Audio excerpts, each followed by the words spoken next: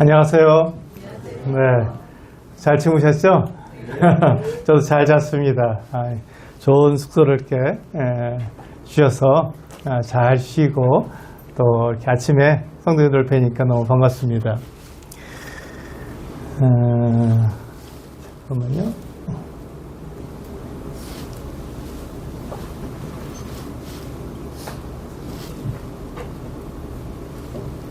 네. 우리는 계속해서 교회에 대해서 살펴보고 있습니다. 우리가 교회에 대한 주제를 정했죠. 그 주제는 그리스도의 몸이라고 하는 주제입니다. 그 정의를 우리가 어제 정한 것을 기억하실 것입니다. 그리스도의 몸이라고 우리가 정했죠. 그리스도의 몸이라는 것은 여러 가지 뜻이 있어요. 그 중에서 우리가 어제 살펴본 것은 연합이라고 하는 머리와 몸이 하나가 되어서 우리 교회는 그리스도의 어떤 거룩함을 그대로 가진, 그래서 교회는 거룩하다, 완전하다 이렇게 말하는 것입니다. 그렇다고 해서 그 안에 있는 교회를 이루고 있는 여러분과 제가 완벽하거나 거룩하거나 흠이 없는 그 같은 사람들이 아니죠. 우리는 역시 육체를 갖고 있기 때문에 육체대로 살 수 있고, 또 우리 안에 성령이 계시기 때문에 성령을 따라 행할 수도 있는 그 두 가지 성품을 다 가지고 있습니다. 그냥 교회를 이렇게 보게 되면 이렇게 좀 이렇게 신실한 그 같은 형제자매님들이 계신가 하면 또 그렇지 못한 형제자매님들 계십니다. 근데 그것이 교회입니다. 그렇게 성숙한 사람들과 또 미숙한 사람들이 함께 있는 것, 마치 내가 육체가 있고 성령이 있어서 내 육체로 행할 수도 있고 성령을 따라 행할 수도 있는 것처럼 교회 안에도 똑같이 그렇게 성숙한 사람과 미숙한 사람이 다 있을 수 있다는 것입니다. 중요한 것은 성숙한 사람이 미숙한 사람을 받아주는 것. 그래서 이 교회 안에 사랑이 넘치도록 하는 것. 그것이 교회가 세상과 다른 면입니다. 교회는 세상과 달라야 한다고 말씀을 드렸죠. 계속해서 마지막 시간까지 그 이야기는 계속 나오게 될 것입니다. 오늘 두 번째 시간은요, 아까 우리 사회 보시는 형제님께서 말씀하신 것처럼 교회에게 주신 사명에 대해서 말씀을 드리겠습니다. 어제 드린 말씀을 좀 더 이렇게 설명해 드리는 그 같은 시간이니까 좀 쉽습니다. 어제보다는 좀 쉬운데요. 그렇지만 여전히 어렵습니다. 교회란 자체가 어렵기 때문에 교회에게 주신 사명이 무엇인가 하는 것은 쉽지 않습니다. 왜냐하면 그것을 우리가 행해야 되기 때문에. 우리가 알고 이론적으로 아는 것은 우리가 얼마든지 그렇게 알 수 있지만 그 안 것에서 멈추지 않고 그것을 우리가 행해야 되잖아요. 내가 교회니까 교회가 이런 사명이 있다 그러면 그 사명을 우리가 직접 행해야 되기 때문에 상당히 어렵습니다.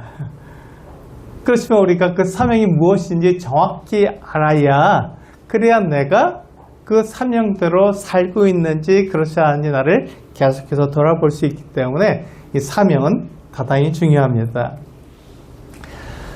우리가 이 수양회 동안에 반드시 우리가 기억해야 될 것, 결코 교회 그러면 결코 잊지 않아야 될 것은 바로 교회는 세상과 다르다는 것입니다. 교회는 세상과 달라야 합니다. 왜냐하면 우리는 세상에서 불러내서 하나님을 위해 살도록 그렇게 부르심을 받은 사람들이기 때문에 교회는 세상과 달라야 합니다. 그래서 우리가 이번 수양 기간 동안에 반드시 기억해야 할 것은 교회는 세상과 다르다는 것입니다. 이것을 기억하면 다른 거 다 잊어버려도 이것만 기억하신다면 큰 수확을 얻는 것입니다. 그런데 그것을 아는 것에 그치지 않고 어떻게 한다고요? 우리가 그렇게 살아야 한다고요. 그래서 어렵습니다. 교회가 우리는 세상 가운데 속한 사람들이잖아요. 그렇기 때문에 우리가 모였을 때 세상의 교회 안에 들어오는 것이 굉장히 쉽습니다. 세상의 교회 안에 들어온다는 것은 세상의 가르침, 세상의 교훈이 그대로 교회 안에서 그대로 통한다는 이야기거든요. 그 세상은 무엇이죠? 쉽게 말하면 세상은 아주 간단하게 한마디로 말하면 하나님이 없다 이렇게 말하는 것이 세상입니다. 다 동의하시죠? 세상은요, 그 하나님이 없다고 가르치는 것입니다. 그러니까 하나님이 없으니까 어떻게 하죠? 사람들의 힘으로, 사람들의 능력으로, 사람들의 지혜로 얼마든지 잘 살 수 있다고 가르치는 게 세상의 가르침입니다. 근데 그게 교회 안에 들어오게 되면 어떻게 되죠? 네, 똑같아지는 거예요. 교회 안에서 하나님이 사라지고 내 힘으로 내가 이만큼 했어 라는 것을 자랑하는, 그래서 교회와 세상이 구분이 없어지는 것이죠. 네, 그렇지 않다는 것입니다. 제가 이번 수양 기간 동안에 우리 성도님들에게 계속 반복하는 것은 교회와 세상이 다르다는 것입니다. 그래서 이 교회와 세상이 다르기 때문에 하나님께서는요, 찾아오신 거예요. 우리들을 찾아오신 것입니다. 우리는 목적도 없이 무의미하게 이 세상을 살고 있었는데 거기 하나님께서 찾아오신 거예요. 그 요한복음 1장 14절에 보면은 그렇게 말씀하고 있었습니까? 말씀이 육신이 되어 우리 가운데 거하심이라고 말씀하고 있는 것이 바로 그것이 찾아오신 거죠. 나는 하나님을 잘 몰랐는데, 하나님이 사실은 하나님이 없다고 생각하고 그렇게 살아왔는데 하나님이 나에게 찾아오셔서 나를 놓고 하시고 나에게 말씀해 주셔서, 아, 하나님이 계시구나, 하나님이 심판하시는 분이구나 하는 것을 알고 그분을 믿고 믿음으로 반응했기에, 그래서 하나님께서 나를 찾아오셔서 나를 부르신 것이죠. 그 부르심에 우리는 어떻게 반응했다고요? 믿음으로 반응했다고요. 아, 하나님 계시구나, 보이지 않지만, 내 귀 들리지 않지만 그러나 하나님 계시구나 하는 것을 알고 믿음으로 반응했을 때 그 하나님께서 우리들에게 목적을 주셨습니다. 목적을 주신 거예요. 그 목적이 무엇이죠? 하나님을 위해서 살아라 하는 목적을 주신 거예요. 그래서 이 하나님은요, 세상에서 사람들을 찾아오셔서 그 사람들에게 말씀해 주시는 거예요. 나를 위해서 살렴, 그렇게 말씀하시는데 그 말씀을 듣고는, 아, 그렇구나, 그것이 우리에게 주신 하나님의 목적이구나, 그럼 그렇게 살아야지 하고 믿음으로 반응한 사람들을 교회라고 말합니다. 그게 그리스도의 몸이에요. 다르죠. 세상은 목적 없이 살고 하나님 없이 살지만, 그러나 교회로 모인 사람들은, 하나님을 위해서 살겠다고 모인 사람들은 하나님 계시며 하나님이 심판하시는 분이라는 것을 믿고 그렇게 모였기 때문에 그들은 세상과 다른 것입니다. 그래서 그 하나님께서 이 교회를 부르셔서, 사람들을 부르셔서 하나님을 위할 사람들을 부르셨는데 우리는 그것을 구약 성경을 통해서 먼저 봐야 합니다. 구약 성경에 보면 우리가 이스라엘이라고 하는 그 같은 민족이 있잖아요. 근데 그들도 역시 하나님을 위해서, 하나님의 영광을 위해서 살도록 그렇게 부르신 거예요. 어떻게 불렀죠? 아브라함을 통해서 이렇게 부르셨잖아요. 아브라함은 원래 갈대아 우르에서 살던 부자였습니다. 굉장히 큰 부자였어요. 근데 갈대아 우르가 지금의 이라크라고 생각하시면 됩니다. 이라크. 그래서 거기는 마치 서울처럼 굉장히 사람들이 모였을 때 정말 부유하고 또 번화한 그와 같은 지역이었습니다.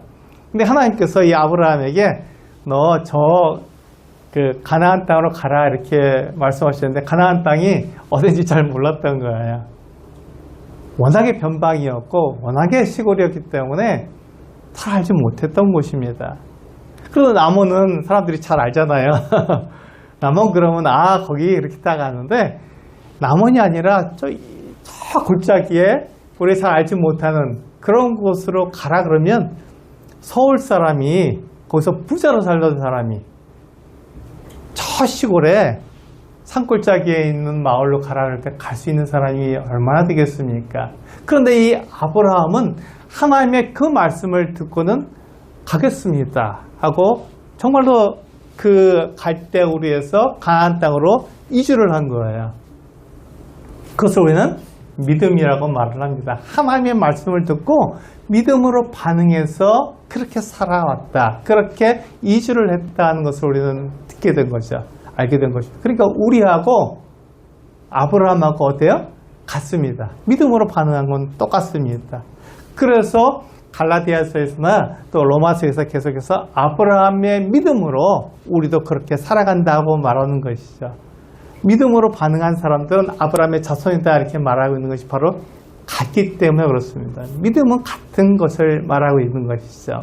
그래서 하나님께서 이 아브라함을 택하셔서 그를 부르시고 그에게 사명을 주셨어요. 어떤 사명을 주셨나요? 네, 우리가 볼 수 있는 것은 가나안 땅으로 가라는 사명이지만 그것을 통해서 이 아브라함을 통해서 그 후손들이 하나님만 섬기는, 하나님만 위하는 민족을 만들 것이다 라는 약속을 주신 거예요. 그러니까 아브라함의 후손들은 그 사명이 있습니다. 어떤 사명을 갖고 있죠? 하나님을 위해서 사는, 하나님만 나타내는 그 같은 사명을 가지고 살아가게 된 거예요. 그래서 하나님께서 이 이스라엘 사람들에게 약속해 주셨습니다. 뭐라고 약속해 주셨냐면 그 이스라엘 민족이, 그러니까 아브라함의 후손들이죠. 아브라함의 후손들이 그들이 사명대로, 하나님께서 부르신 그 사명대로 하나님을 나타내면 하나님도 그들을 보호하시겠다 이렇게 약속해 주신 거예요. 그래서 잘 보시면 여기에는 하나님께서 그 이스라엘 민족을 보호하시는 것에 조건이 붙어 있습니다. 조건이 붙어 있는 거예요. 어떤 조건이죠? 그들이 하나님을 나타내면이라는, 그들이 사명을 잘 감당하면 거기에 대해서 하나님께서도 그들을 보호하시겠다 하는 조건을 나타내신 거예요. 그게 조건이 있습니다. 그래서 만일 이스라엘 민족이 하나님을 버리고 우상을 섬긴다면 그들을 다른 나라에 포로로 끌려가게 하시겠다고 약속해 주셨어요. 말씀하셨습니다. 그러니까 이것은 조건이 붙는 것이죠. 그들이 하나님을 사람들 가운데서 나타내는, 하나님의 영광을 위해서 사는, 그들의 사명대로 사는 사람들이면 하나님께서 그들을 보호하시지만 그들이 그것을 잊어버리고 우상을 섬긴다면, 하나님 버리고 그들이 만든 그 어떤 신을 섬기는 사람들이라면 하나님께서 그들을 다른 나라, 먼 나라로 그들을 포로로 끌려가게 할 것이다 하고 약속하신 거예요. 이렇게 말씀하신 것입니다. 그러니까 이게 조건이 붙어 있는 것이죠. 이 조건을 잘 이행하면 이스라엘이 굉장히 하나님의 보호를 받을 것입니다. 그런데 이스라엘 사람들이요, 주변 나라들을 살펴봤어요. 옆에 있는 나라들, 자기 가까운 나라들을 쭉 살펴보니까 어떻습니까? 그들은 보이지 않는 하나님을 섬기는 게 아니라 보이는 우상을 섬겼던 거예요. 여기 보시는 것은 이것은 드라빔입니다. 드라빔은요, 우리가 생각할 때 우상 그러면 크고 멋진 이렇게 그런 신상으로 생각하지만 그렇지 않습니다. 드라빔은요, 이 엄지손가락만 해요. 그래서 얼마든지 감출 수 있고 가지고 다닐 수도 있습니다. 이런 그 드라빔들, 조금 큰 것도 있지만 일반적으로 그렇게 크게 만들지 않고 갖고 다닐 수 있도록 가족신도 있습니다. 그래서 엄마 아빠 그 드라빔도 있고요, 자녀들 드라빔도 있습니다. 그래서 그것을 가족신을 가지고 다니면서 자기가 어디에 가면 그것을 이렇게 그 재단을 만들어 놓고 거기에 가족신을 놓고 다 빕니다. 우리 가족의 안전을 위해서, 평화를 위해서 그렇게 비는 것이죠. 그러면 그 신이 그 자기의 가족들을 지켜준다고 생각한 거예요. 그것을 이 이스라엘 사람들이 보니까 굉장히 놀란 거예요. 우리는 보이지 않는 하나님을 믿는데 그 들리지도 않고 보이지도 않고 형상도 없고 그냥 말씀하시는 그 하나님을 섬기는데 주변에 있는 나라들은 보이는 그 신을 섬기고 있는 거예요. 작지만 가지고 다니면서 그 신을 섬기니까 사람들이 더 결속이 잘 되는 것 같고 그 신을 향해서 막 모여드는 것 같은 그런 생각을 가지게 된 거예요. 그래서 우리도 보이지 않는 하나님을 섬기는 것이 아니라 보이는 그 우상을 섬기면 좋겠다 이렇게 생각한 거죠. 그래서 그 사람들이 하나님의 말씀을 떠나서 어떻게 했죠? 우상을 섬기기 시작했습니다. 바알도 섬기고요, 아세라도 섬기고 주변에 있는 우상들을 다 가지고 와서 정말 음란하게 섬겼던 거예요. 근데 그것이 하나님께서 그 이스라엘 백성들에게 약속해 주신 것입니까? 그렇지 않죠. 그렇지 않습니다. 하나님께서 이스라엘 백성 아브라함을 택하셔서 그의 후손들로 하나님만 위할 그 같은 민족을 세우셨는데, 하나님의 그 목적, 하나님의 그 사명에 이스라엘 사람들이 맞느냐 하는 것입니다. 맞지 않습니다. 우상을 섬겼기 때문에, 하나님을 버렸기 때문에 그들이 그 사명에서 벗어나게 된 것이죠. 하나님께서 뭐라고 약속하셨어요? 너희가 만일 나를 사람들 가운데서 나타내게 되면 내가 너희를 보호하리라 하고 조건을 말씀하신 거예요. 근데 그 조건을 어겼으니까 어떻게 되죠? 그 어긴 그들의 삶대로 그들을 먼 나라로 포로로 끌려가게 하신 것입니다. 그래서 그 이스라엘이 두 왕국으로 나눠졌잖아요. 북왕국과 남왕국으로 나눠졌는데, 북왕국은 주전 722년에 아수르라고 하는 나라에 의해서, 제국에 의해서 다 뿔뿔이 흩어져버렸고 10지파가 거기 있었습니다. 그리고 남왕국 유다는 2지파가 베냐민과 이 유다가 있었는데, 거기는 바벨론으로 끌려가서 거기서 하나님의 은혜로 이렇게 보호받고 있다가 다시 돌아오게 된 것이죠. 예루살렘 다시 돌아오게 되었습니다. 하나님께서 그 이스라엘에게 약속하신 그대로 그렇게 행하신 거예요. 이스라엘이 왜 그와 같은 어려움을 당했냐면 그들이 하나님을 떠났기 때문에 그와 같은 어려움을 당한 것입니다. 한번 우리 열왕기 하 6장 15절에서 17절까지의 말씀을 보시면 보이는 이 군사들과 보이지 않는 하나님이 얼마나 큰 차이가 있는지 알 수 있습니다. 같이 한번 읽어보시겠습니다. 열왕기 하 6장 15절에서 17절입니다. 같이 읽어보겠습니다. 시작. 하나님의 사람의 사환이 일찍이 일어나서 나가보니 군사와 말과 병거가 성읍을 에워쌌는지라. 그의 사환이 엘리사에게 말하되 내 주여 우리가 어찌하리까 하니 대답하되 두려워하지 말라. 우리와 함께한 자가 그들과 함께한 자보다 많으니라 하고 기도하여 이르되 여호와여 원하건대 그의 눈을 열어서 보게 하옵소서 하니 여호와께서 그 청년의 눈을 여심해 그가 보니 불말과 불병거가 산에 가득하여 엘리사를 둘렀더라. 이 말씀은 이 아람 나라의 왕이 아무래도 이 엘리사를 견제했습니다. 그가 이상하게 모든 걸 다 알고 대비하니까, 그래서 엘리사를 잡아라 하고 군사들을 다 보낸 거예요. 엘리사가 있는 곳에 다 보냈습니다. 그래서 이 아람 군대가 엘리사가 묵고 있는 집 주위에 진을 쳤습니다. 삥 둘러서 다 가둬버린 거예요. 근데 아침에 엘리사의 사환이, 좋은 말에서 사환이죠. 우리가 쉽게 말하는 종입니다. 엘리사의 종이 아침에 일어나서 딱 나와보니까, 집 바깥으로 나와보니까 주변에 다 그냥 이 군사들이, 아람의 군사들이 다 둘러싸고 있는 거예요. 그러니까 그가 한 말이, 내 주여 어떻게 하면 좋겠습니까? 이렇게 군사들이 다 둘러서 우리를 잡으려고 하는데 이제 우리는 다 죽게 되었습니다. 이렇게 말한 거예요. 그때 엘리사가 그 사환에게 뭐라고 말했냐면, 너는 보는 것을 두려워하느냐? 보이지 않는 그 하나님을 더 두려워해야 된다. 이렇게 말한 거예요. 실제로 그 말을 보면요. 근데 보이는 이 군사들, 우리는 다 보는 것들을 보지 않습니까? 제 육체를 보고 주변에 있는 사람들이 어떻게 사는가 보이는 것에 우리는 집중하게 됩니다. 그런데 그때 엘리사가 보이지 않는 것을 봐라 하고 하나님께 기도해서 그 사원의 눈을 열어서 보이지 않는 것을 보도록 그렇게 기도했습니다. 그래서 그 사환이 눈을 떠서 보이지 않는 것을 보게 되니까 깜짝 놀란 거예요. 어떻게 보였죠? 그 보이지 않는 하나님의 그 불말과 불병거가 엘리사가 말한 것처럼 그들을 둘러싸고 있는 아람의 군대보다 훨씬 많았던 것입니다. 더 강하죠. 얼마든지 이 아람의 군대들을 물리칠 수 있는 그와 같은 군사를 천군과 천사들을 보내신 것이죠. 그것을 보게 된 거예요. 이 사환이.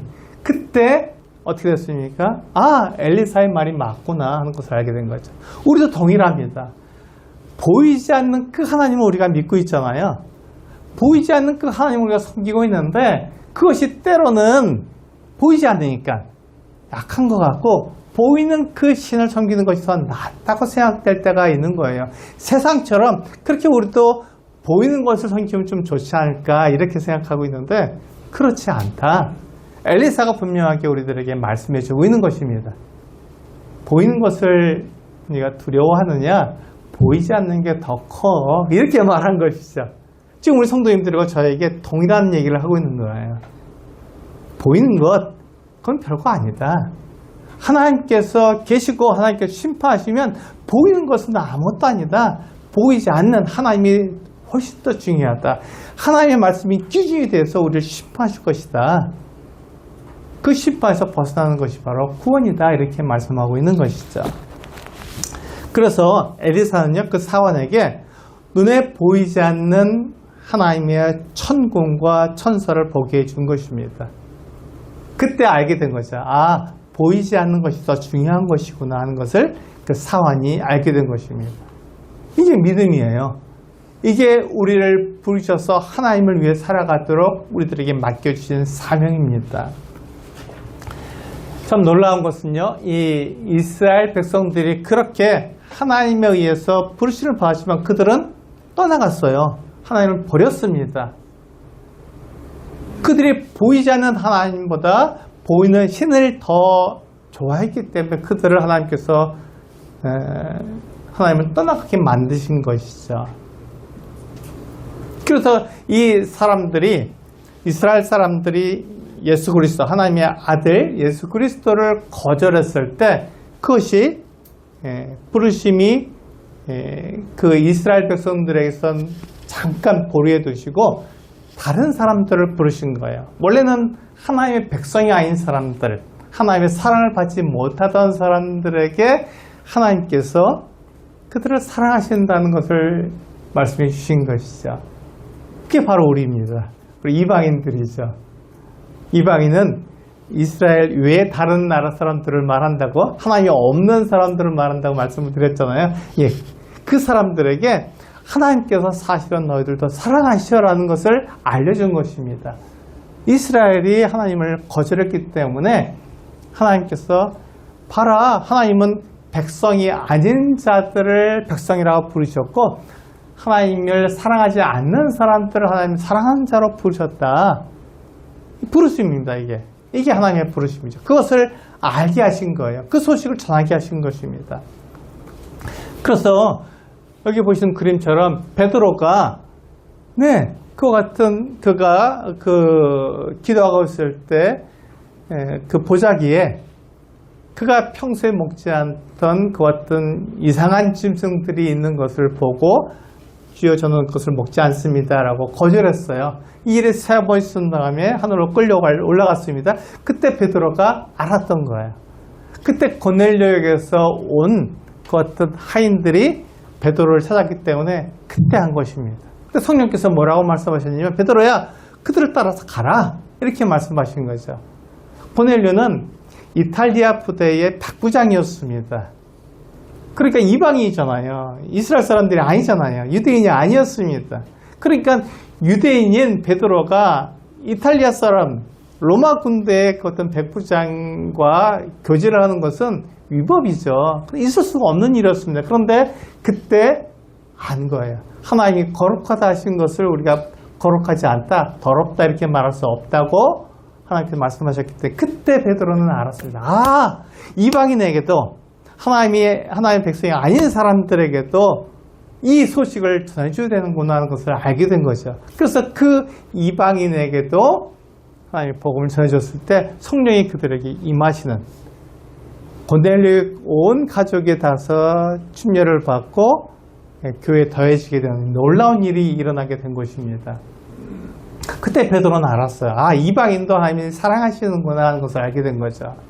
그래서 우리들에게 하나님께서 그 사랑을, 그 복음을 우리들에게 전해준 것입니다.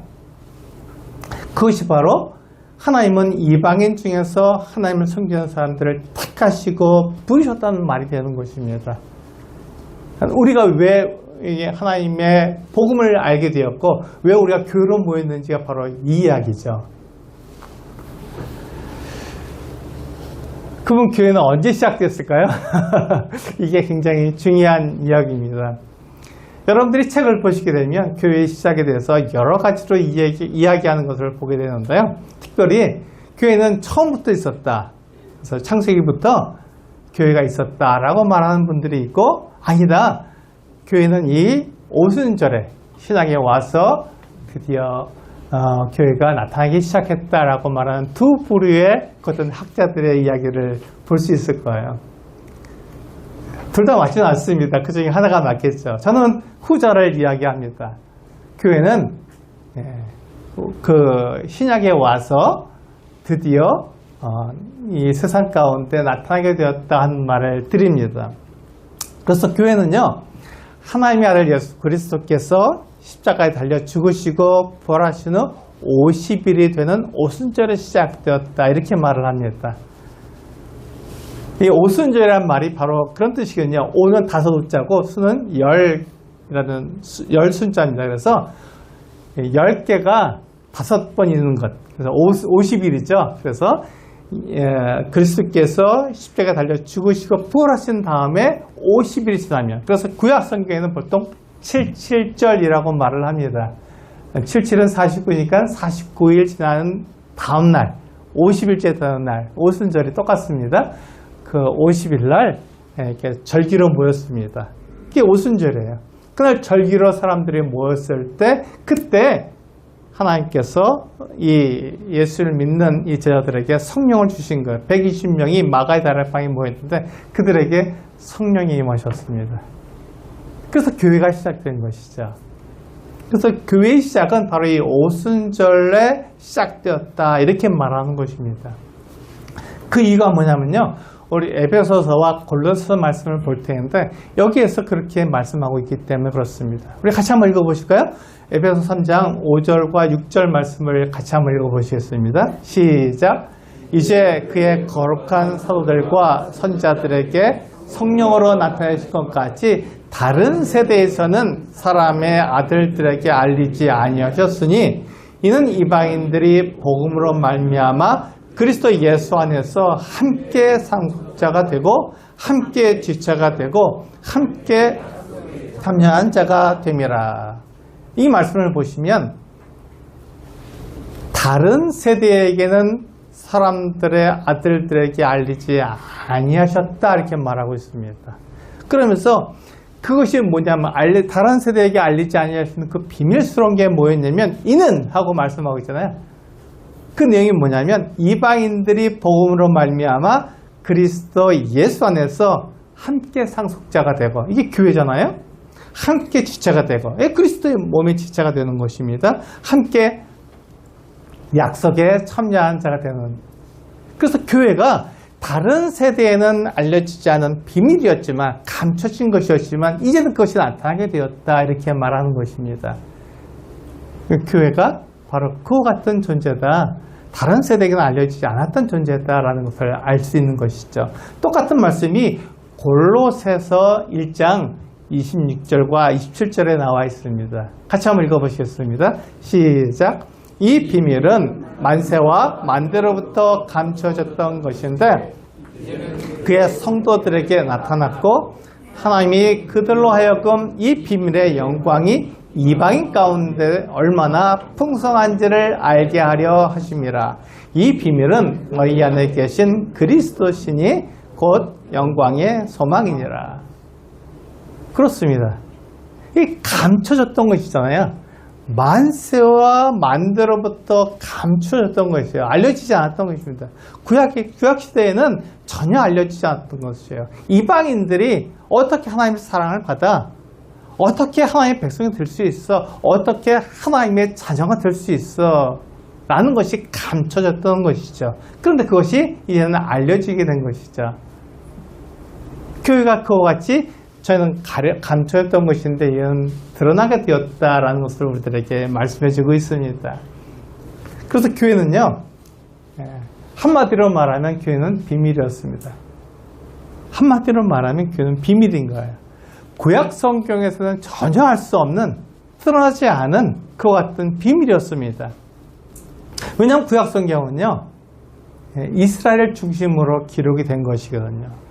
이스라엘 백성들을, 이스라엘 민족을 중심으로 기록되었기 때문에 구약 성경에 이방인에 대해서 하나님께서 사랑하신다, 이방인도 내 자녀로 삼는다 하는 말이 기록될 수가 없었던 것입니다.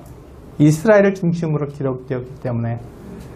그러니까 구약 성경에는 전혀 비밀로 나와 있었던 것이죠. 감춰졌던 것입니다. 그래서 그 감춰졌던 이방에 대한 그 같은 내용이 이제 시작해 와서 오순절에 성령께서 그 예수를 믿는 사람들, 그 다락방에 있는 120명에게 성령이 임하셨을 때 그들이 나가서, 저들이 나가서 이 하나님의 큰 일을 이야기하기 시작했고 복음을 전하기 시작하게 되었습니다. 그것이 교회의 시작이에요. 그것이 교회의 시작입니다. 그렇다면 하나님께서 왜 교회를 그렇게 부르시고 그렇게 세상 가운데서 따로 나와서 선길자로 삼으셨냐는 것입니다. 그것이 바로 하나님께서 우리들에게 말씀하신 사명입니다. 그것이 교회에게 말씀하신 사명이에요. 하나님께서 그 아들을 세상에 보내신 것입니다. 그래서 그 아들을 통해서, 아들로 인해서 우리가 그 하나님의 사랑을 알게 되었고 그 사랑 때문에 우리가 하나님의 자녀가 되었잖아요. 이것이 교회입니다. 우리가 요한일서 4장 9절과 10절을 보시게 되면 그 사랑에 대해서 하나님께서 정확히 말씀하고 계세요. 하나님께서 우리 그 이방인들도 사랑하시는데 그 사랑이 어떻게 나타나냐면 하나님의 그 아들을 통해서 우리에게 나타났다는 것을 분명히 말씀해 주고 있습니다. 같이 한번 읽어보실까요? 요한일서 4장 9절과 10절 같이 한번 읽어보셨습니다. 시작. 하나님의 사랑이 우리에게 이렇게 나타난 바 되었으니 하나님이 자기의 독생자를 세상에 보내심은 그로 말미암아 우리를 살리려 하심이라. 사랑은 여기 있으니 우리가 하나님을 사랑하는 것이 아니요 하나님이 우리를 사랑하사 우리 죄를 속하기 위하여 화목제물로 그 아들을 보내셨습니다. 여기 보시면 분명하게 말씀하고 있지 않습니까? 하나님이 우리를 사랑하셨다는 거예요. 그래서 그 사랑을 알게 하셨다는 것이죠. 그래서 우리가 하나님께 묻습니다. 하나님, 우리 어떻게 사랑하셨나요? 아니 이방인이고 내가 하나님 알지도 못했는데 어떻게 나를 사랑하셨나요? 라고 하나님께 묻습니다. 그때 하나님께서 뭐라고 말씀하셨냐면 내가 너희를 위해서 내 아들 독생자를 너희를 위해서 보내주었다. 그 독생자가 너희를 위해서 희생하였고 십자가 달려 죽었다. 그 사랑이 바로 내 사랑이다. 내가 너희를 사랑한 그 사랑이다 라고 말씀해 주시는 거예요. 그 하나님의 사랑을 듣고 아 그렇군요. 그렇다면 나는 이제 하나님을 위해서 살겠습니다 라고 믿음으로 반응한 사람들이 교회입니다. 그들이 하나님의 그 아들 예수 그리스도의 지체이고 예수 그리스도의 몸이고 예수 그리스도와 연합되어서 하나님 앞에 당당히 서게 된 사람들이죠. 그들을 교회라고 불렀습니다. 그러니까 교회는 세상과 다릅니다. 달라야 하는 것이고요. 그래서 이 소식을 세상에 전하는 것이 교회의 사명입니다.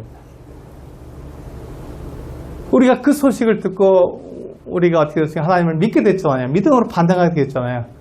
그렇다면 우리도 그 소식을 전해야 되는 것이죠. 하나님이 이렇게 우리를 사랑하셨습니다. 하나님이 우리를 그렇게 사랑하셨습니다. 그 사랑이 나타나는 것이 예수 그리스도, 그분의 아들, 그분의 독생자를 우리를 위해서 주셨고, 그분이 십자가에서 희생하셨기 때문에 그 사랑을 내가 알게 된 것입니다 라고 우리는 전해야 되는 것이죠. 그것이 교회를 부르신 사명입니다. 하나님을 위해서 사는 거예요. 그 사명을 우리에게 주신 것입니다. 우리가 마태복음과요, 사도행전 말씀에서 이 교회에게 주신 사명을 우리가 한번 살펴보도록 하겠습니다. 잘 아시는 말씀이에요. 이것은 지상 최고의 명령이라고도 말씀하고 있는데, 이 지상이라는 말은 지구상에서가 아니라 지상 가장 높은 최고의 명령이라는 뜻입니다. 그래서 이 최고의 명령인 하나님의 명령을 우리가 한번 살펴보도록 하겠습니다. 마태복음 28장 19절과 20절 말씀을 통해서 하나님께서 우리에게 얼마나 큰 명령을 우리에게 주셨는지 살펴보도록 하겠습니다. 같이 한번 읽어볼까요? 시작! 그러므로 너희는 가서 모든 민족을 제자로 삼아 아버지와 아들과 성령의 이름으로 세례를 베풀고 내가 너희에게 분부한 모든 것을 가르쳐 지키게 하라. 볼지어다 내가 세상 끝날까지 너희와 항상 함께 있으리라 하시니라. 예수님께서 교회에게 부탁하신 분명한 명령, 이 부탁의 말씀은요, 너희는 가서 모든 민족을 제자로 삼으라는 것입니다. 이 모든 민족은요, 이스라엘 백성만 말씀하고 있는 게 아니지만요, 모든 민족입니다. 거기에 이방인들이 당연히 속해 있죠. 여러분과 저와 같은 이방인도 거기에 당연히 속해 있습니다. 그들에게 가서 그들을 제자로 삼아라 이렇게 말씀하고 있는 것이죠. 그래서 예수님께서 우리에게 부탁하신 모든 것을 가르쳐서 그들로 하여금 지키게 하라. 이것이 교회에게 주신 사명입니다. 이것이 교회에게 주신 사명이에요. 그럼 두 번째 사명은 뭘까요? 사도행전 1장 8절에 보시면 나와 있습니다. 같은 말씀인데 관점이 약간 다르죠. 같이 한번 읽어보실까요? 시작! 오직 성령이 너희에게 임하시면 너희가 권능을 받고 예루살렘과 온 유대와 사마리아와 땅끝까지 이르러 내 증인이 되리라 하시니라. 그렇습니다. 여기서도 똑같이 예루살렘으로부터 시작해서 땅끝까지 유대인뿐만 아니라 이스라엘 사람들뿐만 아니라 이방인들에게도 가서 이 복음을 전하는데 내 증인이 되라 이렇게 말씀하신 거예요. 복음을 전하라는 것입니다. 이 소식을 그 땅끝까지 가서 사람들에게 전해라 이렇게 말씀하고 있는 것이죠. 그래서 교회에게 주신 사명은요, 이 두 가지입니다. 여기 나와 있잖아요. 교회에게 주신 사명은 두 가지예요. 그래서 첫 번째 사명은 복음을 전하는 것입니다.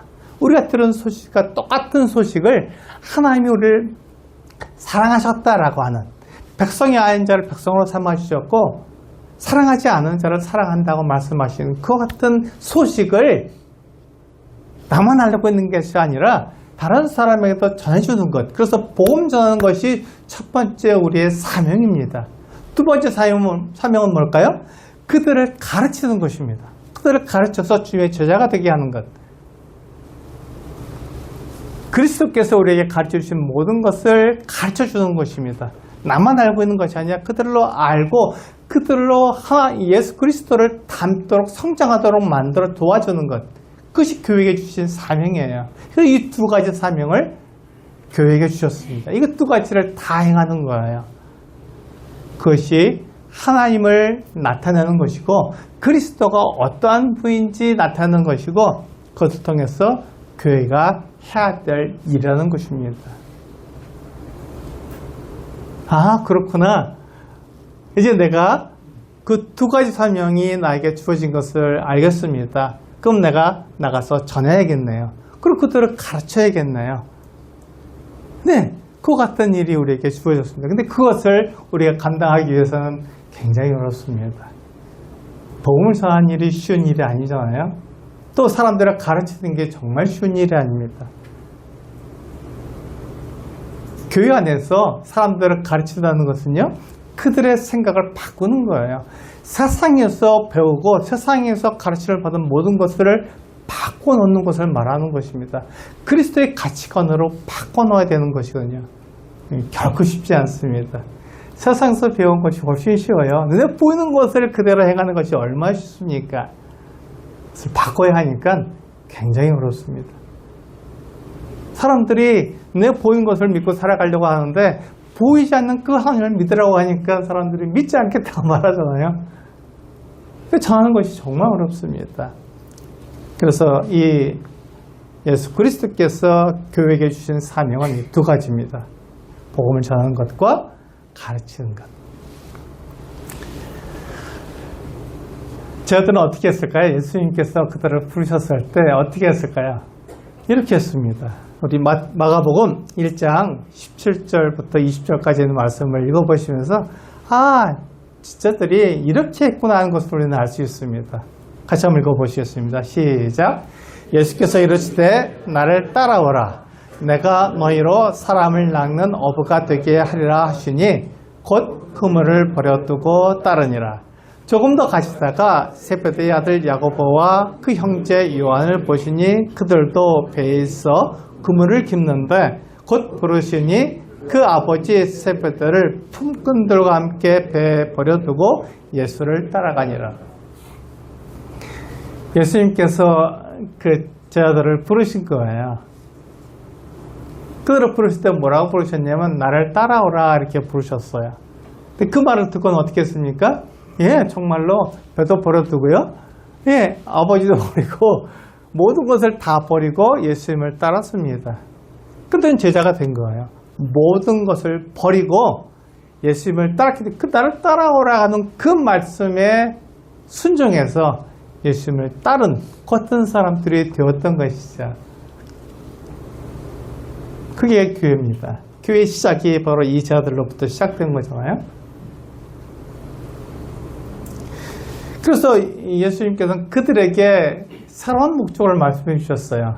뭐라고 말씀해 주셨나요? 내가 너희로 사람을 낚는 어부가 되게 하리라. 이렇게 새로운 목적을 말씀해 주셨어요. 그들이 모든 것을 버렸기 때문에 사실 이들은 세상에서 가장 어리석은 자가 되었죠. 모든 것을 버리고 아무것도 할 수 없는 자들이 된 거예요. 그들은 부자였습니다. 배도 있고요. 그물도 있고 품꾼들도 있었습니다. 근데 그걸 모든 걸 다 버리고 가난하게 된 거예요. 아무 능력도 없는 사람들이 돼버린 거예요. 그래서 세상에서 사람들이 그들을 보고 뭐라고 말할까요? 이 어리석은 사람. 그렇게 하고 어떻게 살아? 모든 걸 다 버리고 이 세상에서 어떻게 살려고 그래? 이렇게 말을 하죠. 그런데 그들이 따른 사람이 누구였습니까? 하나님의 아들이었습니다. 하나님의 아들이었기 때문에 그들은 모든 것이 되시는 그분을 따랐기 때문에 그분이 우리에게 필요한 모든 것을 다 주시는 것이죠. 그래서 세상에서는 어리석은 자가 될 수 있었지만 하나님 보시기에는 가장 최고의 선택을 한 사람들이 된 것입니다. 보이지 않는 그것, 보이지 않는 하나님의 그 시각에서 볼 때 이들은 최고의 선택을 한 사람들입니다. 그런데 보이는 것에 집착한 사람들은 가장 어리석은 선택을 한 사람들이죠. 여러분들은 어떻습니까? 여러분들은 어리석은 사람입니까? 아니면 최고의 선택을 한 사람들입니까? 보이지 않는 하나님의 시각으로 볼 때 여러분들은 최고의 선택을 한 사람들입니다. 근데 보이는 시각으로 여러분들을 봤을 때는 정말 어리석은 사람들입니다. 그래서 교회는요, 세상과 다릅니다. 여기에 모여있는 우리 성도님들은 최고의 선택을 한 사람들입니다. 보이지 않는 그 하나님을 위해서 우리가 살기로 하고 따로 모였기 때문에 놀라운 사람들입니다. 하나님 그것을 기뻐하시는 것이죠. 그래서 여러분들에게 새로운 목적을 주시는 것입니다. 그 새로운 목적은 새로운 사명이고 그것이 바로 사람을 낚는, 사람들한테 복음을 전하는 것 같은 일을 하도록 여러분들을 부르셨다는 것입니다. 복음을 전하는 것이 어려운 게 사실은 아니에요. 하나님의 사랑을 알려주면 됩니다. 하나님께서 나를 사랑하셨고 나와 같은 자도 사랑해 주셨어. 근데 그 사랑을 예수 그리스도를 통해서 알게 된 거야 라고 말하는 것이죠. 너도 사랑하셔. 하나님 너도 사랑하셔. 그래서 너를 위해서 하나님께서 그 아들 두고둑 독생자를 보내주신 거야. 그 아들을 희생하셨어. 그래서 그 사랑이 나타난 것이지 라고 전해주는 것이 복음입니다. 그것이 우리가 전할 내용이에요. 근데 그걸 전하기가 참 어렵죠. 그 사랑을 우리가 전할 때 사람들은 그 사랑에 감동을 받습니다. 근데 우리는 말로는 사랑을 말하면서 그냥 막 지지고 볶고 싸우고 있으면 사랑이 아닌 것이죠. 그래서 어렵습니다. 내가 사랑을 말하면 사랑으로 행해야 되기 때문에 그게 어려운 것이죠. 네, 똑같이 부르심을 했는데 어떤 사람은 그 부르심을 거절했어요. 이상하지 않습니까? 어떻게 부르심을 거절한 사람이 있어? 네, 있습니다. 한번 읽어보시겠습니다. 누가복음 18장 22절에서 25절 좀 길지만 같이 한번 읽어보겠습니다. 시작. 예수께서 이 말을 들으시고 이르시되 내게 아직도 한 가지 부족한 것이 있으니 내게 있는 것을 다 팔아 가난한 자들에게 나눠주라. 그리하면 하늘에서 내게 보화가 있으리라. 그리고 와서 나를 따르라 하시니 그 사람이 큰 부자이므로 이 말씀을 듣고 심히 근심하더라. 예수께서 그를 보시고 이르시되 재물이 있는 자는 하나님의 나라에 들어가기가 얼마나 어려운지 낙타가 바늘귀로 들어가는 것이 부자가 하나님의 나라에 들어가는 것보다 쉬우리라 하시니. 여기 보시면 우리 22절 맨 마지막에 뭐라고 되어 있으면 그리고 와서 나를 따르라. 이것이 주님께서 그 부자 관원에게 하신 말씀의 핵심입니다. 그 앞에 있는 너에게 있는 재물을 다 팔아서 가난한 자에게 나눠주라는 것은 그 재물이 예수님을 따르는데 방해가 되기 때문에 그것을 치워버리고 너는 나를 따르라 하고 부르신 거예요. 근데 이 부자 관원의 그 데는 뭐가 있었습니까? 재물만 있었던 거예요. 그래서 그 사람이 큰 부자이므로 이 말씀을 듣고 심히 근심했던 것이죠. 나를 따르라고 부르시는 주님의 그 부르심은 잊어버리고 그 사람의 생각 가운데는 뭐만 있었습니까? 재물만 있었던 거예요. 돈만 있었던 거예요. 쉽게 말해서. 내가 이 돈을 다 잃어버리면 난 뭐 갖고 살아? 이렇게 생각했던 것이죠. 그러니까 이 사람이 세상과 똑같은 생각을 가졌기 때문에 이 사람은 교회가 될 수 없었습니다. 그래서 예수님의 그 부르심, 나를 따르라 하는 이 부르심을 거절하고 근심하면서 가게 된 것입니다. 재물은요, 예수님을 따르는 것을 방해합니다. 재물은 예수님을 따르는 것을 방해합니다. 그래서 재물을 우리가 멀리하는 거예요. 재물이 악하기 때문에 재물을 우리가 멀리하는 것이 아니라 재물은 중성이에요. 중립적입니다. 그래서 잘 쓰면 좋은 것이고 잘못 쓰면 악한 것이죠. 중립적이에요. 하지만 재물은 마치 하나님처럼 만몬신이라고 말하기 때문에 굉장히 강하기 때문에 이 재물에 대해서 우리는 마음을 빼앗길 수 있습니다. 그래서 이 재물이 예수 그리스도를 따르는 것을 방해할 수 있는 것이죠. 그래서 재물을 치워라. 그리고 너는 나를 따르라 이렇게 말씀하셨는데 이 부자 관원은요, 예수님께서 나를 따르라고 부르시는 그 부르심은 보지 못하고 재물에만 관심이 있었던 것입니다. 사람이 하나님보다 재물을 더 의지한다는 것을 하나님은 아신 거예요.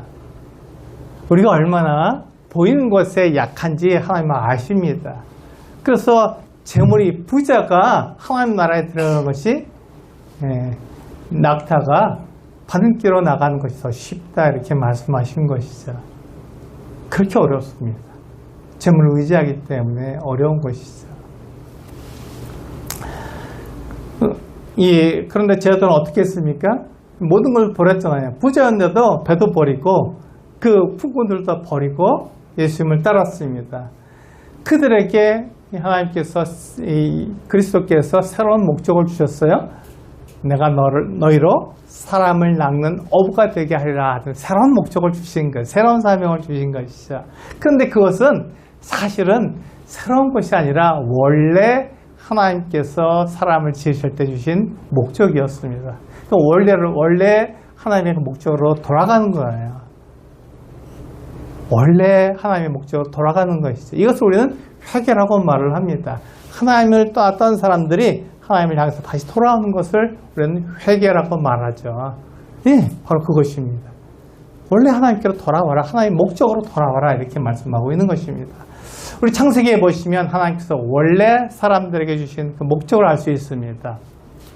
처음에 사람을 지으실 때 어떤 목적을 갖고 지으셨을까요? 같이 한번 읽어보셨습니다. 창세기 1장 26절에서 28절 같이 한번 읽어보시겠습니다. 시작. 하나님이 이르시되 우리의 형상을 따라 우리의 모양대로 우리가 사람을 만들고 그들로 바다의 물고기와 하늘의 새와 가축과 온 땅과 땅에 기는 모든 것을 다스리게 하자 하시고 하나님이 자기 형상 곧 하나님의 형상대로 사람을 창조하시되 남자와 여자를 창조하시고 하나님이 그들에게 복을 주시며 하나님이 그들에게 이르시되 생육하고 번성하여 땅에 충만하라 땅을 정복하라 바다의 물고기와 하늘의 새와 땅에 움직이는 모든 생물을 다스리라 하시니라. 여기에 보시면 하나님께서 사람을 지으신 목적이 나와 있습니다. 그 사명이 나와 있는 거예요. 하나님께서는요 사람들에게 맨 마지막 28절 맨 마지막에 보시면 땅을 정복하라 바다의 물고기와 하늘의 새와 땅에 움직이는 모든 생물을 다스리라고 말씀하셨습니다. 그렇게 하기 위해서 26절에 보면 우리의 모양대로 우리의 생긴 그대로 사람을 만들자 이렇게 말씀하신 것이죠. 사람에게는 권위가 있어요. 하나님의 형상을 가지고 있기 때문에 권위가 있습니다. 사람은 보이잖아요. 우리가 보입니까? 안 보입니까? 제가 보입니까? 예, 보입니다. 그래서 보이지 않는 그 하나님을 보이는 세상 가운데 나타내는 하나님의 대리자가 바로 우리 사람인 것이죠. 사람은 하나님을 위해서 만들어진 거예요. 이 말씀에서 그렇게 우리에게 말씀하고 있지 않습니까? 하나님의 형상대로 사람이 만들어져서 하나님의 그 뜻대로 이 모든 것들을 다스리는 그래서 하나님께서 사람을 지으신 하나님 대리자가 된 것입니다. 그래서 하나님께서 사람을 지으신 것은요 눈에 보이는 사람을 통해서 하나님을 이 세상에 나타내시려는 것입니다. 사람은 하나님의 대리자였습니다. 근데 그 사람이 어떻게 했습니까? 하나님을 떠났죠. 하나님을 떠났습니다. 그래서 사람은 하나님을 떠나서 자기가 원하는 대로 자기 마음대로 살고자 했습니다. 이것이 죄가 되는 것입니다. 하나님을 떠난 것이 죄예요.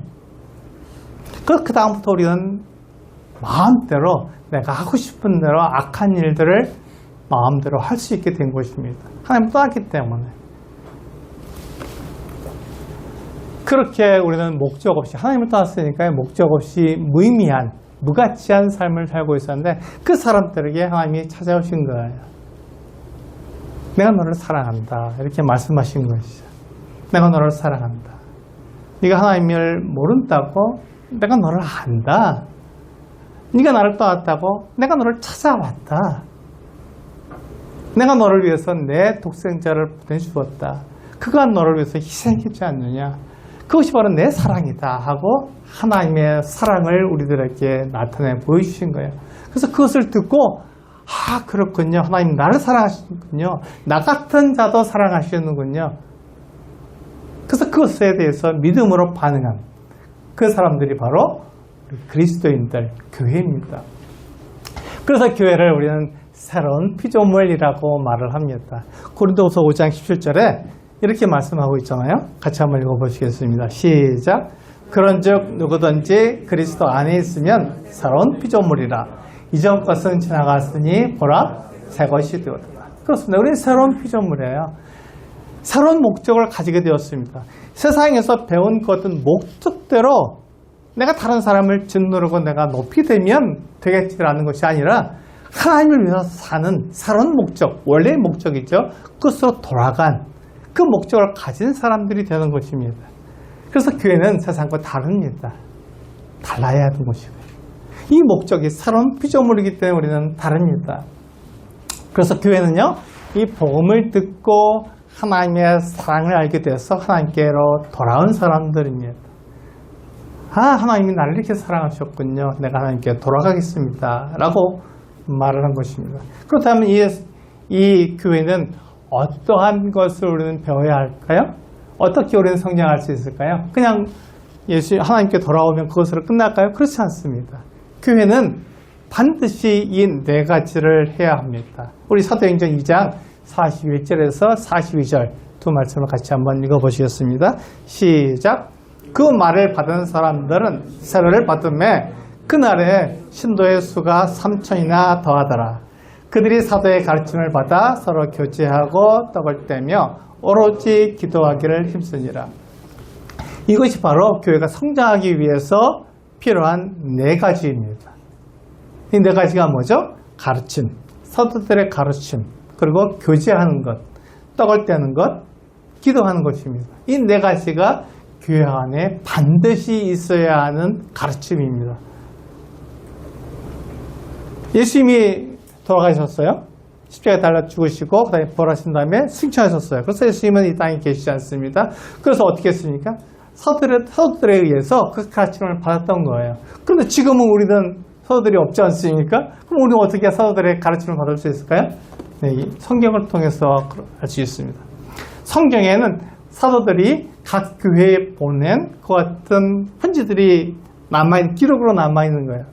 사도들이 어떻게 그 교회에게, 예수를 믿는 사람들에게 어떻게 살라고 가르쳤는지를 알 수 있도록 그 가르침을 기록해 놓은 것입니다. 그래서 우리는 성경을 읽을 때, 이렇게 살라고 하셨구나. 교회는 이렇게 살아야지. 세상과 어떻게 달라질 수 있지? 이렇게 살면 다르구나 하는 것을 우리는 알 수 있는 것이죠. 그것을 우리는 교제를 통해서 우리 삶에 적용합니다. 교제하는 그 이유가 무엇입니까? 삶에 적용하기 위해서예요. 사도들의 가르침을 내 삶에 적용하는 것을 서로 교제를 통해서 알게 되는 것입니다. 그냥 떡을 떼는 것을 통해서 우리는 매주 떡을 뗍니다. 매주 떡을 떼면서 우리는 어떻게 하죠? 내가 하나님께 그 사랑을 받을 수 있는 그 이유가 예수 그리스도 독생자의 희생을 통해서 나에게 주어진 것이구나 하고 그분을 찬양하며 높입니다. 그리고 이 하나님의 뜻을 알기 위해서 우리는 기도합니다. 이것이 교회 안에서 있어야 되는 네 가지 분명한 가르침입니다. 이 네 가지가 있어야 하는 것이죠. 그래서 우리는 새로운 피조물로서 새로운 사명을 받았습니다. 이 사명을 다른 말로 하면 목적이죠. 새로운 목적을 가진 것입니다. 교회에게 주신 두 가지 사명이 뭐라고요? 전도하는 것, 그리고 가르치는 것. 가르치는 데는 네 가지가 있다고 말씀을 드렸습니다. 네 가지는 바로 우리 사도들의 가르침을 받고 교제하고 떡을 떼고 기도하는 것을 통해서 우리가 성장하게 되는 것이죠. 바울이 이렇게 밀레도에서 에베소의 장군들을 불러서 이와 같이 이야기를 했습니다. 같이 한번 읽어보시겠습니다. 사도행전 20장 20절과 21절입니다. 시작. 유익한 것은 무엇이든지 공중 앞에서나 각집에서나 거리낌이 없이 여러분에게 전하여 가르치고 유대인과 헬라인들에게 하나님께 대한 회개와 우리 주 예수 그리스도께 대한 믿음을 증언한 것이라. 근데 바울은 이 두 가지 사명, 복음을 전하고 사람들을 가르치는 그 일을 하기 위해서 자기의 생명도 아끼지 않고 자기의 목숨도 아끼지 않고 그 일을 최선을 다해서 했던 것입니다. 그 이야기를 밀레도에서 에베소에 있는 장로들을 초청해서 그들에게 해준 거예요. 아니 이렇게 살았다. 너희들도 그렇게 살았으면 좋겠다라고 말한 것입니다. 그것이 바로 바울은 밀레도에서 에베소 장로들을 불러서 이 이야기를 해준 거예요. 그들도 동일하게 바울처럼 그렇게 사람들에게 복음을 전하고 그들을 가르쳐서 그리스도를 닮도록 만들었으면 좋겠다 이렇게 말한 것이죠. 그래서 그 일을 하는 데 있어서 바울은 에베소 장로들에게 하나님께서 자기 피로 사신 교회를 보살피게 하셨다 이렇게 말하고 있는 것입니다. 그 장로들은요 이렇게 가르쳐야 되고 복음을 전하는데 최선을 다해야 하는 것입니다. 복음을 전하고 가르치는 일에 최선을 다하는 것이죠. 그 일의 끝에는 하나님께서 우리에게 맡기신 이 일을 우리가 충성스럽게 감당했는지를 심판하실 것입니다. 하나님이 심판하신 분이기 때문에 하나님 계시며 심판하시는 분이 있기 때문에 이것을 우리가 기억해야 되는 것이죠. 우리가 믿음의 내용입니다. 하나님 계시며 그분이 심판하신다 하는 것을 우리가 믿음으로 갖고 있는 것이죠. 그래서 교회는 세상과 다른 것입니다. 이 심판은요, 하나님께서 우리에게 맡기신 일에 대한 충성에 대한 심판이지 내가 무엇을 이루고 무엇을 한 것에 대한 심판이 아닙니다. 이것을 잘 생각해야 되는 거예요. 세상은요, 우리들에게 이 후자에 대한 이야기를 합니다.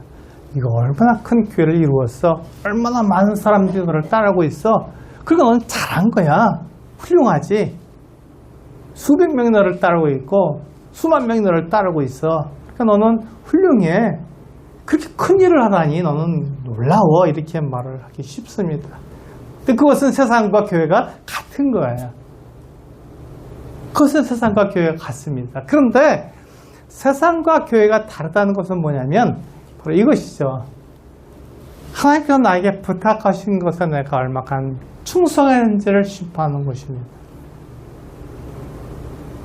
충성했는가를 심판합니다. 내가 얼마를 많은 사람들을 얼마나 큰 교회를 운영했는지가 그것이 중요한 것이 아니라 내가 하나님의 말씀에 순종했느냐, 그것을 충성했느냐 하는 것을 하나님께서 심판하실 것입니다. 우리 성도님들에게 그것을 심판하실 거예요. 저에게도 그것을 심판하실 것입니다. 얼마나 하나님 말씀에 순종했느냐. 이것이 하나님의 심판이고 우리는 그 심판을 생각하면서 우리의 삶을 돌아봐야 할 것입니다. 네, 이게 장면이 나오면 끝이죠. 마지막 장면입니다. 그래서 성경이 무엇을 말하는지 알아야 우리가 그리스도와 하나라는 것을 나타내고 그리스도의 몸으로서 행할 수 있습니다. 성경이 무엇을 말하고 있습니까? 세상과 다르다는 걸 말씀하고 있는 거예요. 하나님께서 계시고 하나님께서 심판하시는데 그 심판은 내가 얼마나 큰 일을 이루느냐를 심판하신 것이 아니라 내가 하나님의 말씀에 얼마나 순종하고 그 일에 충성했느냐 이것을 심판하실 것입니다. 그래서 우리는 그것을 기억하면서 그렇게 하나님을 섬기하는 것이죠. 그래서 성경이 무엇을 말하는지 성경이 바로 그것을 말씀하고 있기 때문에 그렇게 우리는 하나님을 섬겨야 합니다. 그때 우리는 그리스도와 하나라는 것을 나타내고 그리스도의 몸으로서 그리스도의 지체로서 우리가 할 수 있게 됩니다. 오늘 두 번째 교회의 사명에 대해서 말씀을 드렸습니다. 교회가 어떤 사명을 갖고 있는지 잘 기억하시면서 우리의 삶을 그렇게 하나님께 드릴 수 있는 성도들 되시기를 원합니다. 기도하시겠습니다. 아버지 하나님, 저희들에게 사명을 주시고 목적을 주셔서 그렇대로 살아갈 수 있도록 불러주시니 감사를 드립니다. 우리가 하나님을 알지 못했고 하나님이 없이 살던 어떤 사람들이었지만 저희들을 사랑하시다고 말씀하시고 저희들에게 찾아오셔서 하나님께서 말씀해 주신 것에 감사를 드립니다. 하나님 말씀에 따라서 그렇게 살아갈 수 있도록 저를 인도해 주시기를 원합니다. 주님께 주신 그 사명을 우리가 행할 수 있도록 전도하고 사람들을 가르칠 수 있도록 인도해 주시기를 원합니다. 그것을 통해서 내가 그리스도의 몸이며 세상과 다르다는 것을 분명히 나타낼 수 있도록 도와주시옵소서. 감사드렸고 우리 주 예수 그리스도의 이름으로 기도하옵나이다. 아멘. 감사합니다.